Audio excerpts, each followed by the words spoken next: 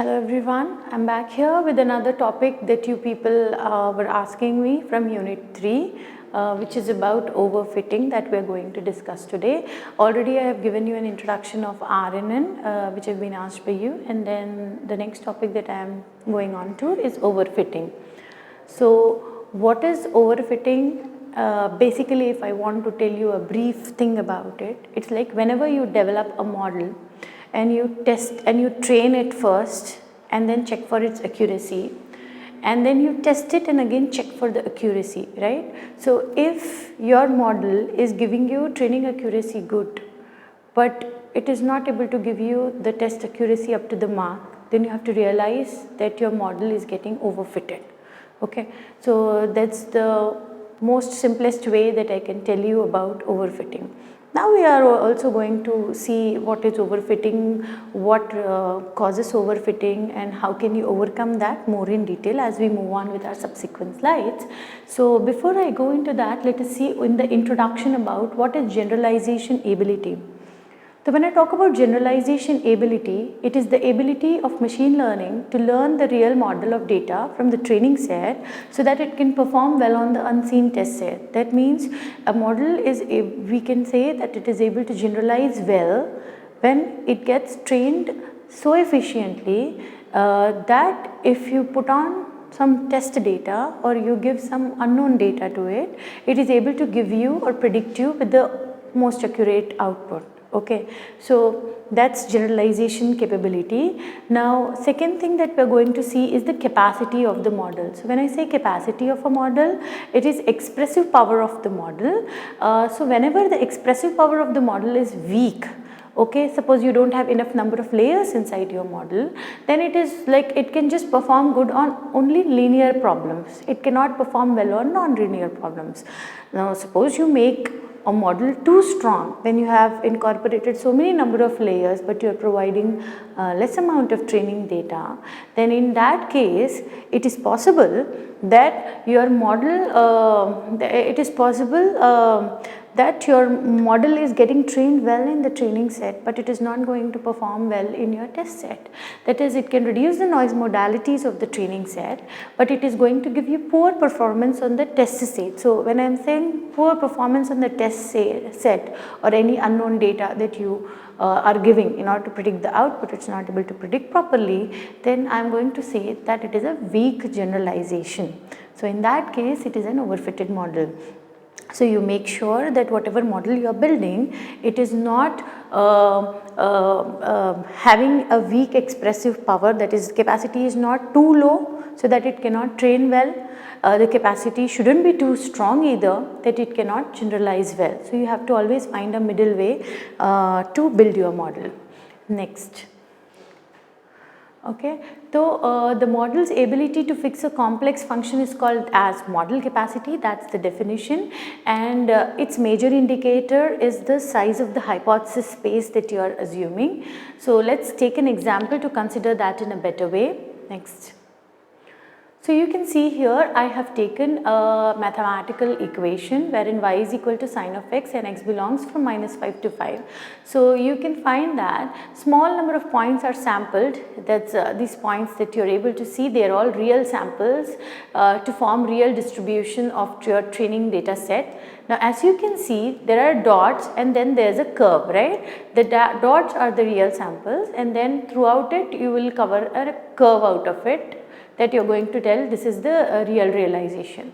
Now you can see that there are some observational errors here. Obviously we are all human, we tend to make some errors. So when you have a human eye, there are some observation errors, right? So now next, when you have these observation errors, I denote them by epsilon. So what are we going to do that if you set the bias to 0, then you have got a straight line as you can see here. So you are searching a model space only of first degree polynomial here, so you have got a straight line. Okay, so these blue dots are your real time data and these are your approximations that you are coming out of it. Now once you increase your hypothesis space and then you start having polynomial curves like this green curve is of degree 3, the purple one is of degree 7, then you have got red one with a degree 5. So you can see as you increase the degree of your polynomial for approximation of that observation error, then you find so many approximations as you just increase the size of your hypothesis space. So what is the problem here is, what is the disadvantage if I have a large hypothesis space? So just go back to the slide. You can see here, no, next, go next, next. Yeah. So you can see here what is happening, the larger the hypothesis space of this particular function, the more likely it is able to find a function model that better approximates the real time distribution. Now this is what you are able to see. As you increase the hypothesis space, then you can see that you can find a model that can give you a better approximation. Next. So now, but even though you are increasing it, it should not be excessively large. Okay. So what will be the disadvantage if you use an excessively large capacity of the model or hypothesis space of the model? Then undoubtedly it is going to increase the search difficulty. It is going to increase computational cost, because the moment you are trying to search for a solution, it is going to take a lot of time, and it does not even guarantee a better model. And you ought to remember that you have got observational errors present in the training data. So as you have got large amount of hypothesis space, then your number of observation errors are also going to increase. That itself will hurt the generalization ability of the model. So you have to undoubtedly take care of all these things. Just dramatically or drastically don't increase the model capacity too much. So next. Now comes the concept of overfitting and underfitting, because now you have thoroughly understood what is model capacity. So whenever you are choosing the capacity of the model, you always choose a large capacity of the model based on empirical values, but it should not be too large that you are going to overfit your model. Okay, so please make sure that that thing should be there in your mind while you are designing your model. Next.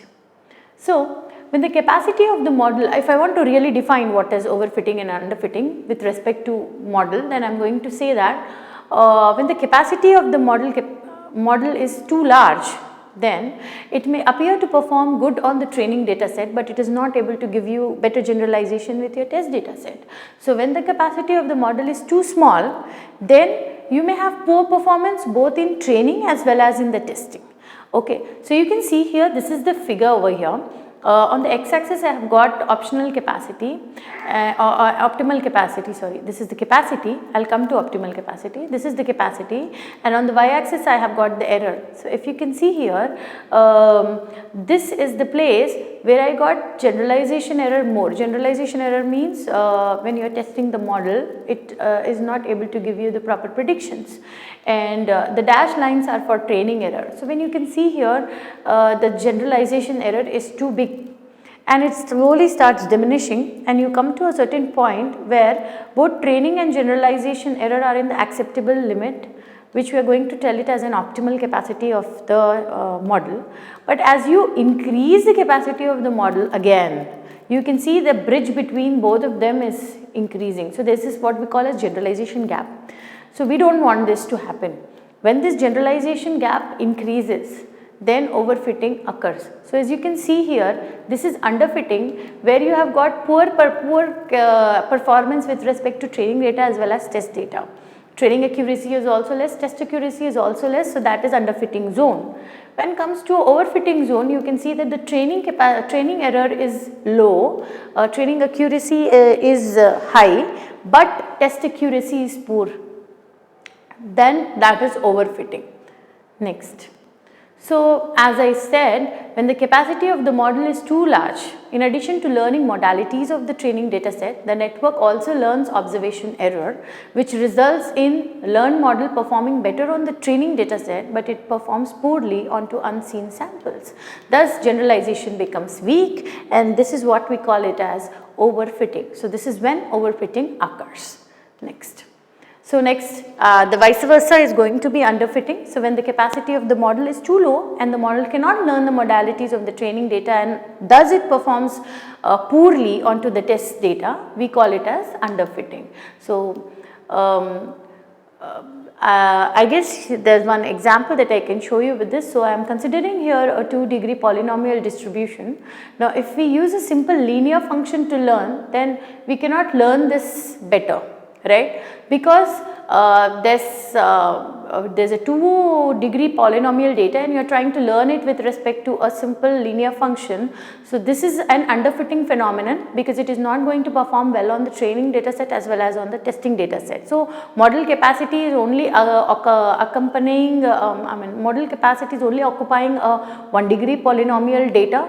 That is surely underfitting because there is no training accuracy properly, neither there is training accuracy properly, nor there is test accuracy properly. So this is clear case of underfitting. Next, now if I am going to increase it, the model capacity, and I use a more complex function to model, then it may fit. But if you increase it more, then it may excessively fit, what we call, that is, it gives you the best performance with the training data set, but with the test data set it can give you a poor performance. So that is overfitting scenario. So you always have to bridge in gap between the model capacity that you have been selecting, so that neither you are going to underfit your model nor you are going to overfit your model. Next. So what is happening is, when the capacity of the learned model and the real model roughly match, then the model can have a better generalization. So this is matching capacity, what we call. Next. So that was about what is overfitting and what is underfitting. Now sometimes it happens. Now how to overcome that? What is the solution for it? So when I want to trace out the solution for underfitting, then I can simply say that underfitting is because of the lack of much model capacity. I mean, you can increase the number of the layers and underfitting condition will be solved. So I can say that you increase the number of the layers of the neural network and you can solve your underfitting. I can also say that you increase the size of the intermediate dimension, that is the number of the hidden layers if you increase. And however, because modern deep neural networks can easily reach, now this underfitting was a valid phenomenon till you reached shallow neural networks. Once there is a deep neural network, there are enough number of layers, and I suppose that learning will be sufficient and there is not pretty much case of underfitting still. Mostly in real time applications, what we see as a problem is overfitting, not underfitting. Next. So coming to the major concept, what is the solution to overfitting? So there are many. The first one being data set division, second one being model design, third one being regularization, the fourth one being dropout, and fifth one being data augmentation.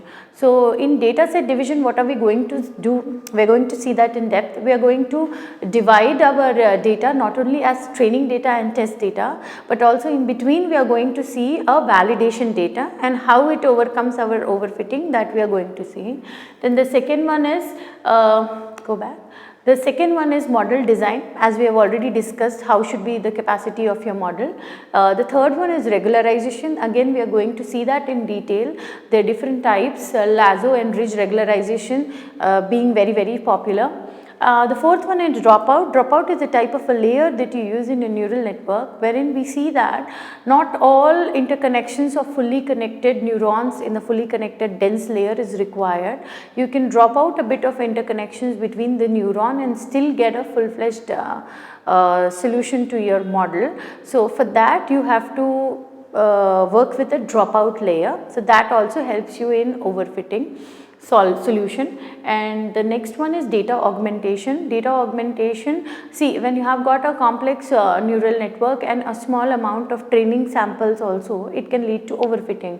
So what we do is, whenever we take a training data set, we have to make sure that it is sufficient enough to handle that our neural network can handle. So with the limited amount of data that is available, suppose if you have got set of images which are available with you, with which you want to train your model, then we take those images, we try to explore those images, change the dimensions, resize it, flip it, rotate it, change it vertically, horizontally, flipping it, and then we try to increase the amount of the data that is present in order to train our model. So we call such techniques as data augmentation, wherein you change the color, you flip it, you rotate it, and then use such data again and train the model. With the existing data only, you try to build up more training data. That comes under data augmentation. Out of all these, we are going to see data set division and regularization more in detail here. Next. So as I discussed here, I have got data set division. So as I told you that our data we will be dividing into 3 sets. We are going to split the original data set into training, validation and test set. Next. So as a practice, I just want to tell you that suppose I am taking an MNIST data set. So normally what do we do in our general conception, we take 80% of the data as training set. I mean, this is general again, 80% of the data we take it for training and 20% is for testing. You know, this is what we have been doing normally. Next. But now what are we going to do here is, as I am showing you, suppose if this is your data set, then 80% of this data, the red box will be taken for training, then other will be taken for testing. Next.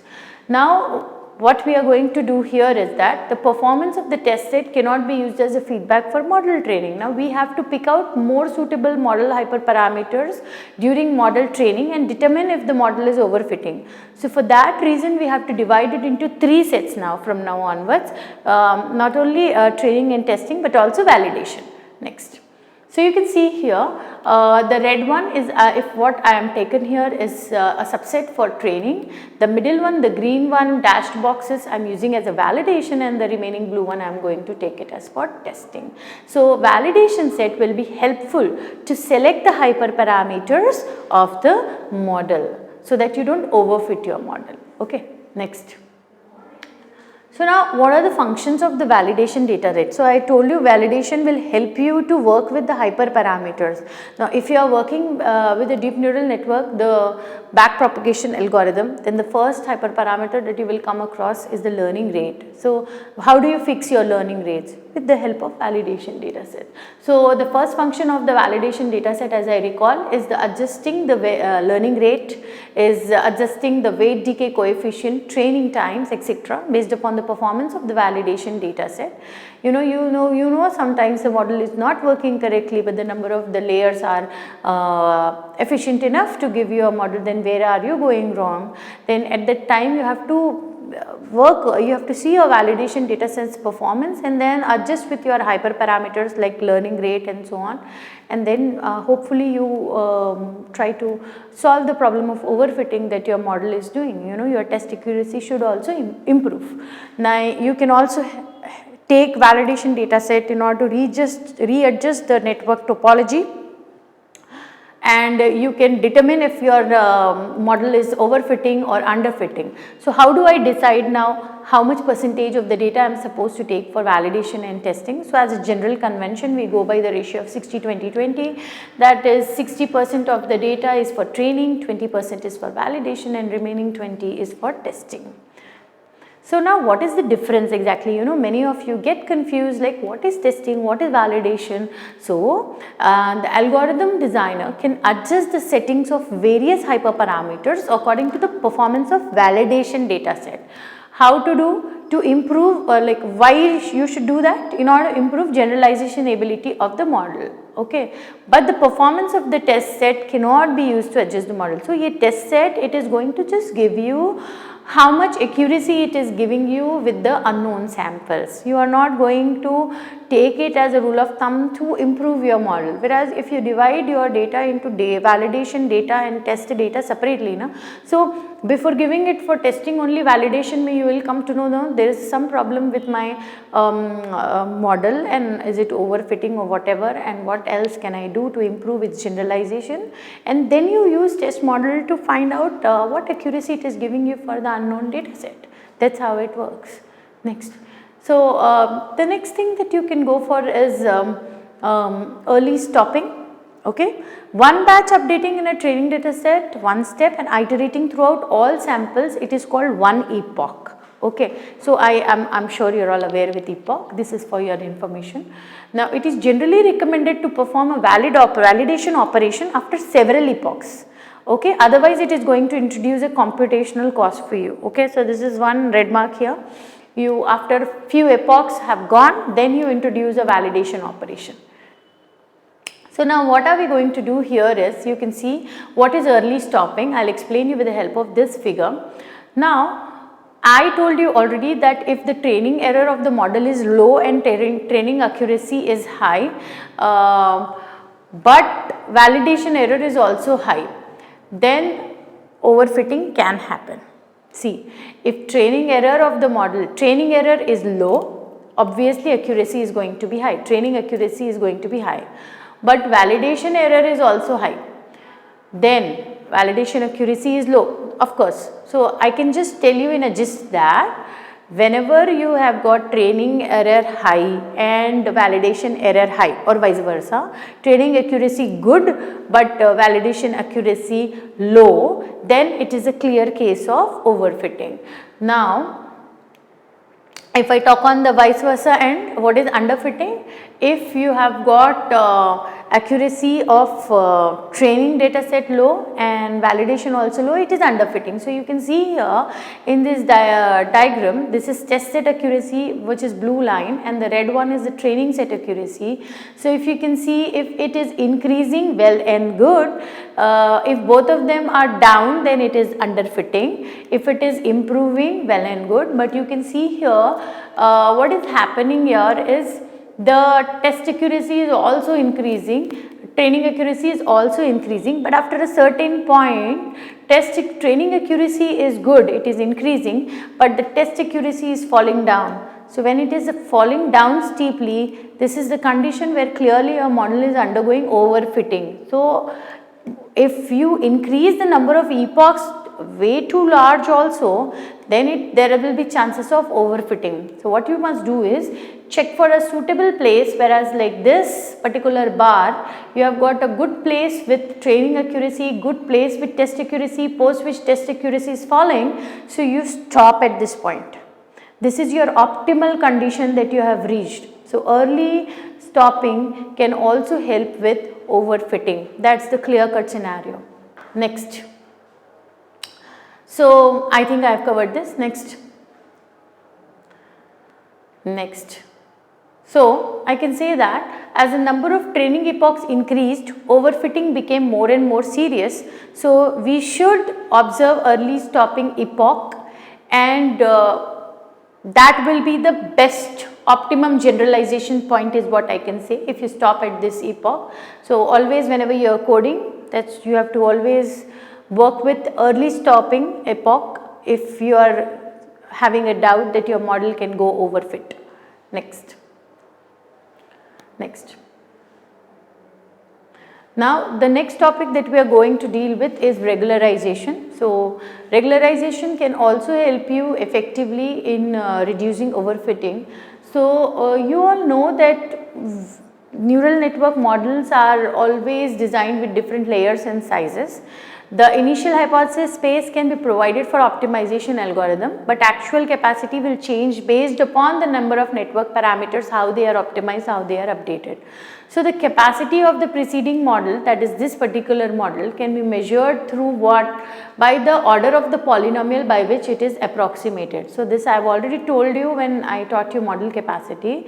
So as you see, you increase the number of the order of the polynomial by which you are approximating this function, capacity will improve that much. Now apart from this order of the polynomial which is present over here for approximating your model, apart from that you also have observational error, which is epsilon. Next. So by limiting the sparsity of the network parameter, you can constrain the model capacity. Now as I told you that if you increase model capacity way beyond also, then it leads to overfitting. So sparsity of the network parameters can be reduced by constraining the capacity of the model. So this constraint can be added by adding an additional parameter, sparsity parameter to the loss function. So we already know the loss function is a function of f theta of x. F theta of x is what a function achieved after we apply activation function. So y is your actual output, f theta of x is your predicted output after you have applied a mathematical model. Okay, so loss function is a function of both of these, right? So now what are we going to do is, this was before we added any regularization, before we want to solve for overfitting. You want to solve for overfitting, you add another sparsity constraint function, which we call it as omega of theta. To this loss function minimizer, you will add another omega of theta, which is your sparsity constraint function, because if you constrain the sparsity, then you will constrain the model capacity, thereby overfitting will be reduced. So you can see this sparsity constraint function is a function which is dependent on, which is scaled using this parameter called lambda. So we will see, based on what is lambda, different types of techniques that come into picture to solve overfitting. Next. So this sparsity constraint function actually is a constraint of parameter theta. Theta is weights and biases, okay, and it is achieved by constraining the L norm of the parameter. So this is L norm of a parameter. L norm is nothing but, you can see, summation and absolute value of those parameters which are present throughout, okay. So the goal of optimization algorithm is to minimize the loss function. Not only the loss function, from now onwards its goal will be to minimize loss function as well as to reduce this network sparsity omega of theta. So as I told you, go back. As I told you, this omega of theta, if you want to reduce, it is having a scaling factorial lambda. So you have to work with lambda if you want to scale up and down with this omega of theta. Next. So this L norm function is scaled by lambda, which we call it as weight parameter, and it is going to balance the importance of omega of theta and the loss function. Next. So this lambda plays a very important role now. Larger lambda means sparsity of the network is more important, and smaller lambda means training error is more important. Now by selecting appropriate value of lambda, you can get a better training performance, which will ensure the sparsity of the network is good. That should give you good generalization ability, right? So based on this lambda value, we call we have different regularization methods based on the value of lambda. Mainly we are going to see three, which is L0, L1 and L2 regularization. So you can see here L0 regularization mein I have got omega of theta value as this. This is L0 regularization, and it is defined as the number of the non-zero elements present in theta I. This constraint can force the connection weights to be mostly zero, which will reduce the overall amount of network parameter and network capacity, but we don't use it much often. Next, there are some disadvantages of it because it is non-derivable, and because of that reason you cannot use it in gradient descent algorithm, which is most popularly used for optimization. So normally we don't use L0 norm in neural networks. Next, the more used and more frequently used regularization techniques in neural networks are L1 and L2. L1 is also called lasso regularization. So you can see this is your what do you call the sparsity penalty term for an L1 regularization. You can see you are adding of all order 1 of all the parameters and summing all of them and giving you the result over here. So it is sum of the absolute values of all the elements of the tensor theta I. So we call it as lasso regularization. This is a derivable regularization, and hence it is widely used in almost all neural networks. Next. So this is a sample piece of code. I think this should be good to go with you all. I am just taking the parameters. As I told you, theta is the set of parameters of weights and biases. Ease of access, I am not taking here bias, I am just assuming weights. So as you can see, I am just adding to the absolute values of the weights to get my L1 regularization term omega of theta. Next. The second type of regularization is again popular, L2 regularization, which we also call it as ridge regularization. So you can see here I have got an order of 2. So when I have got an order of 2, that means I am squaring the absolute values of my parameters and then adding up together. So next, Next. So you can see here I have taken the weights and I have squared them and then I have added to get a regularization term. So these two, the lasso regularization and the ridge regularization, they are mostly used in neural networks because they are derivable and they can be a part of your backpropagation algorithm involving gradient descent, whereas we do not use L0 regularization inside your neural network. Both of these regularization techniques will help you a long way in order to curb overfitting in your model. Now, what does regularization achieve? Regularization significantly reduces the variance of the model without substantial increasing in its bias. Now, that is a very important thing. Okay, regularization reduces the variance of a model without substantial increase in its bias. So, the tuning parameter lambda, which is used inside regularization, helps you indirectly to control the bias and the variance of your model. Okay. So, as the value of this lambda is going to increase, it will reduce the value of coefficients, thereby it will reduce the variance. Okay. But now till a point, increase in lambda is beneficial because it is going to reduce the variance. Reducing the variance means you are avoiding overfitting.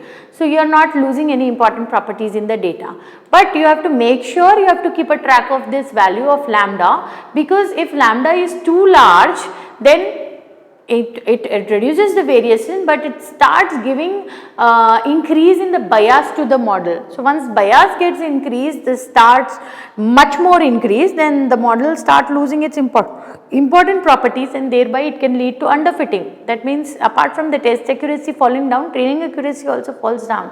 So, the value of lambda has to be carefully chosen in this regularization technique. So, me normally go for lambda is equal to 1 or 2. Not beyond that, at least for now. That's it for today. As discussed with you, I have completed the part 2 of unit 3, which is overfitting and regularization. This was a part of your unit 3. In our next class, we are going to start with unit 4, which is convolutional neural networks. What all important topics that you have asked. I hope it solves your doubt. Anything, you can contact me anytime.